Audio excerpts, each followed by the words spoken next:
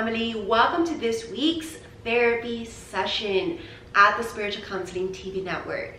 So thank you all for becoming a member. I'm so grateful, and you just can't imagine my gratitude right now. So what I'm about to show you today is going to be revolutionary, because these movement-based techniques are going to help you to overcome fears, stress, anxiety, and any past trauma that you might have experienced that's stopping your happiness right now or blocking you from moving forward into your abundant life. So today's therapy session is going to be very, very intricate and in-depth into learning the benefits of movement-based techniques, what specific techniques you should practice on a daily basis, and how to do them. So those are going to be the three aspects of today's therapy session. So let us begin with number one, learning about these movement-based techniques. So get comfortable, please get a notebook so that you can write your notes and also write down your homework for this week if this is something that you're struggling with or you know that you can benefit from in the long run. Because remember that it's not only about learning the techniques and learning in these therapy sessions, but we also now have to apply them and integrate them into our lifestyle. Okay, so please remember that point, because that's the most important part of all. There's more to learning, there's more to studying. It's the application that counts. So, okay, now let us get started.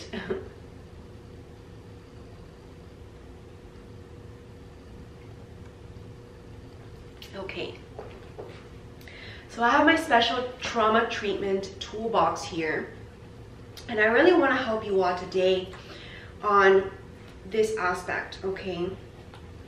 So the movement-based techniques and certain poses that we're going to go over today. Movement-based techniques are basically bottom-up exercises designed to help clients become more connected to their bodies, reduce the stress response, and amygdala activation.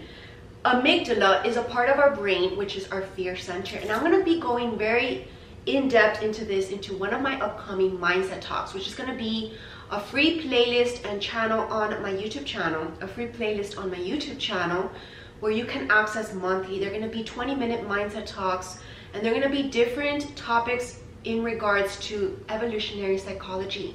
And if you want to learn more in depth about evolutionary psychology talks, you definitely want to become a member of my School of Light. Okay, so, and they also strengthen our memory. This is how we develop resilient, strong, and integrated brains, because the more memory we have, the more ability we have to learn. And also we are able to learn and relearn and unlearn past self-sabotaging, destructive habits, and relearn productive, efficient habits to help us to overcome our fears. Okay, and other cortical areas of the brain, which they all influence our ability to handle fear and traumas.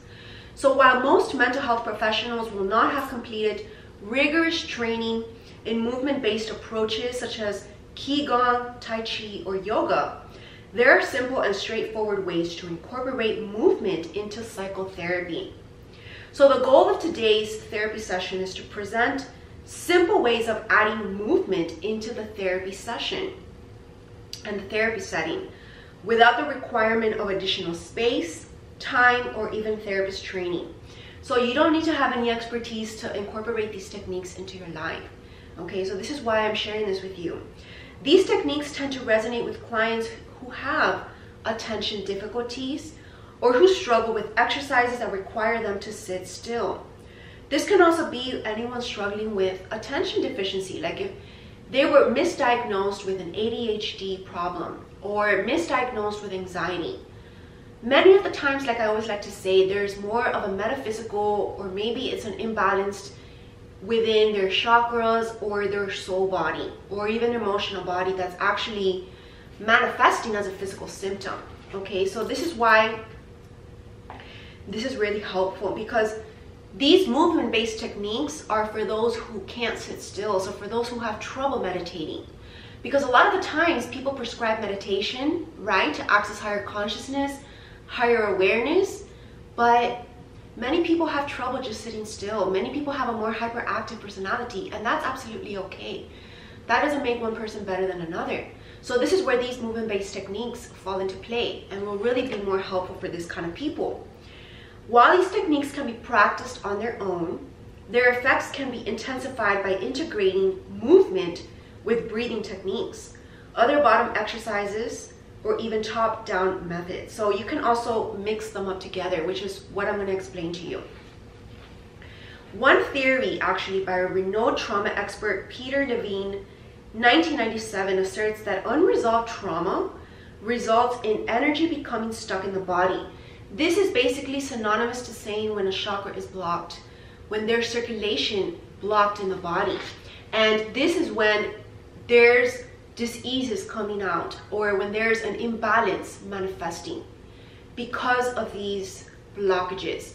There's a blockage in having this free-flowing air and blood to keep circulating, symbolically, okay? So this is a metaphor as to what happens with this trauma, because these traumas are basically attached to the emotional aspect. And that's why last week's therapy session was on emotional detox, because this is a step up into helping us to overcome the trauma.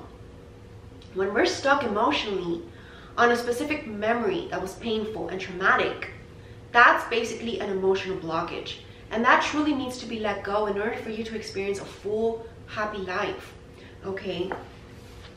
So when this happens, the nervous system becomes disrupted and the individual has a difficult time recovering from the event due to the trapped energy in the body. Incorporating movement into therapy is one way to help your client become connected to the body and begin to restore awareness of and trust in the body.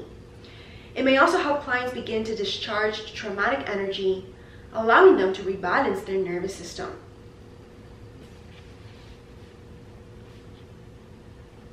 So, because their nervous system is overactive because of this trauma, when people have post-traumatic stress disorder, for example, like PTSD, it does cause panic attacks, anxiety, and a very much strong imbalance in the nervous system, right? And the nervous system, guess what, is connected to all the somatic nerves in the brain, which fire up our fight or flight response.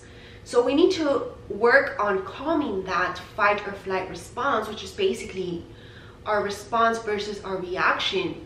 We don't want to be impulsive in the way that we react to situations because of past trauma, because that's not the case necessarily in the present moment. So this is about anchoring also in the present moment, forgetting about the past, but only taking the lessons from it and moving towards your future, okay? Through living in the present moment. And this is what these movement-based techniques are going to help us to get in touch with if you have trouble sitting still in meditation. So, like we said, the brain on movement-based techniques. Now, movement-based techniques may actually change the brain, hence develop a strong, resilient, integrated brain in 7 key ways, all of which help clients reduce and better manage post-trauma symptoms. Number 1 is the fear center, which is the amygdala. Decreased activation of the fear center. So this is what we're going to be talking about in the first mindset talk, because in order for you to understand this aspect, you're really going to need to understand what the amygdala does and how it functions. But basically, it gets activated every time there's fear. It's like a little light bulb that turns on. So we want to be able to tone it down. That's the whole purpose behind these techniques, because we don't want to overreact to every situation that triggers that past memory, right? That would be very exhausting and very draining.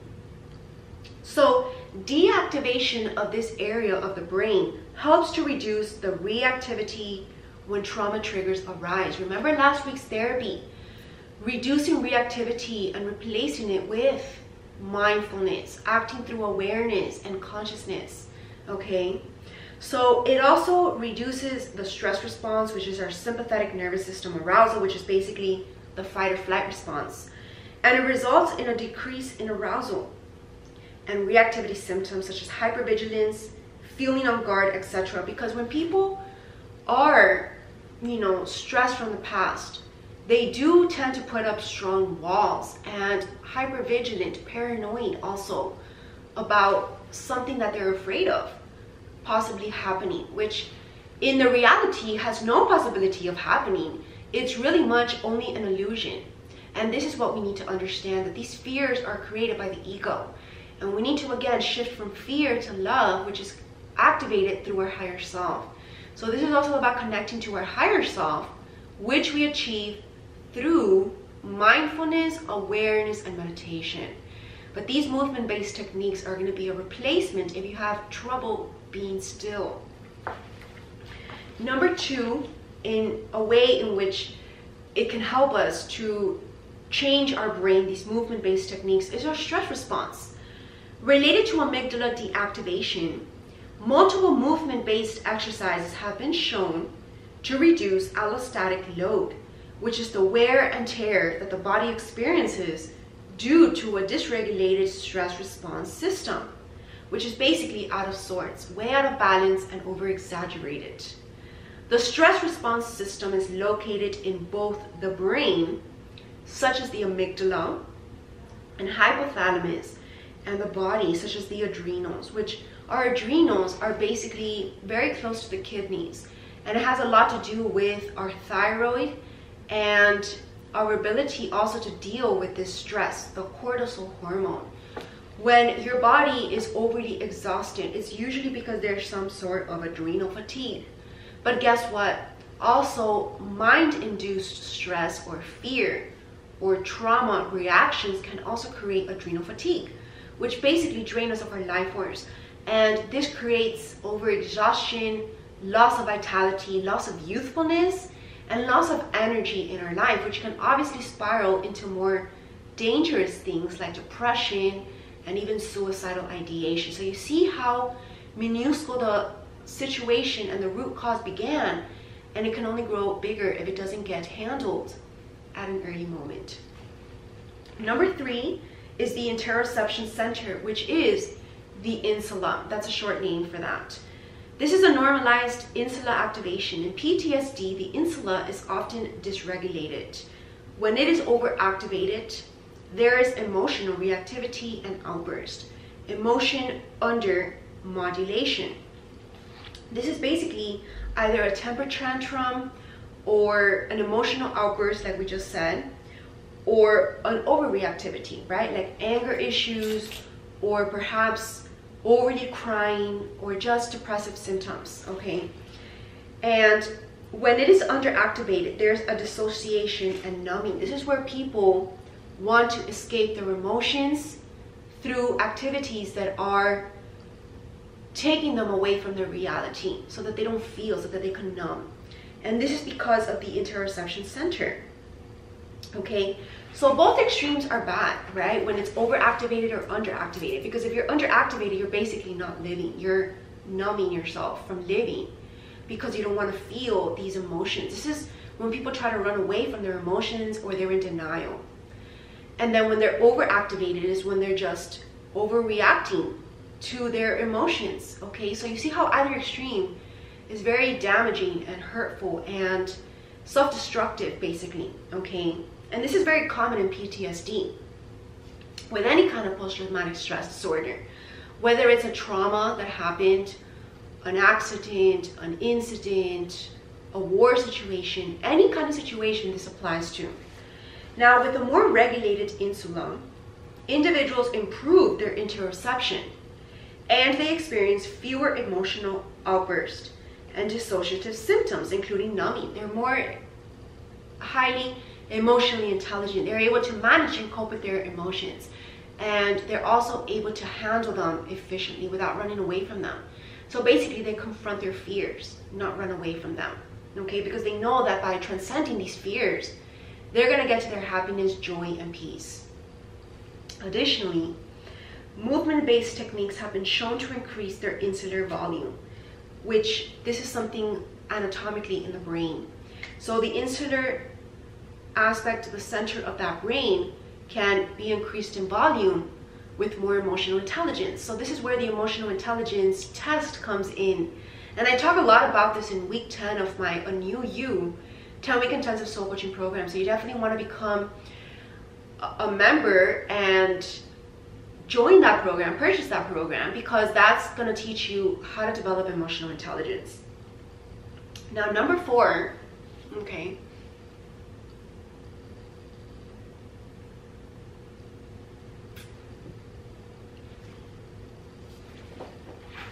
Number 4, we have the hippocampus. Increased activation of the memory center of the brain is the hippocampus. So the hippocampus is the area of the brain which holds all the memories of our life. Childhood, middle adulthood, later adulthood, right? Whether it's past, present, and any kind of traumas. So that's all within the hippocampus. This activation helps remind the individual that they're safe in the present moment. And it's involved in the extinction of fear responses when trauma triggers arise.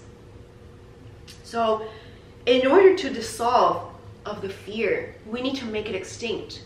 So this can kind of basically translate to erasing a memory from the past, but it can also be about shifting our perspective about what happened in the past. And this is something that's more relatable to another therapy session, which I will go into, but this is about retelling the story of the event and the trauma so that we can begin to see through different eyes and through a different mindset. Okay, so and about what happened. So this activation helps remind the individual that they're safe in the present moment, that this past experience is not going to repeat itself. Because that's the fear basically of a trauma client, right? A client who's experiencing any sort of trauma is just basically fearing the unknown, but also of the same situation repeating itself in this present moment. So we need to find a way of letting go of that fear and false illusion that it's going to repeat itself, because it's not going to happen again, okay? Unless you keep thinking about it and you manifest it through the law of attraction. But let me promise you that if you really let go of this fear, it's not going to happen again. Because now you're wiser, stronger, and much older as well, mentally and emotionally. You're emotionally mature and you're intelligent emotionally, and now how to be able to handle that emotion. So it's also the increased competence that an individual experiences in managing negative memories that can reduce the avoidance symptoms of PTSD. And moreover, movement-based exercises have been shown to also increase the volume of the hippocampus. So what this is saying basically that in order to develop a strong, resilient, and integrated brain, we are actually growing our brain anatomically, okay? Physiologically, we are actually growing our brain by incorporating these tools on coping with traumas and fears and anything that's holding us back from our unlimited potential, tapping into this infinite potential that we have access to from the divine intelligence, okay? Now, number 5 is the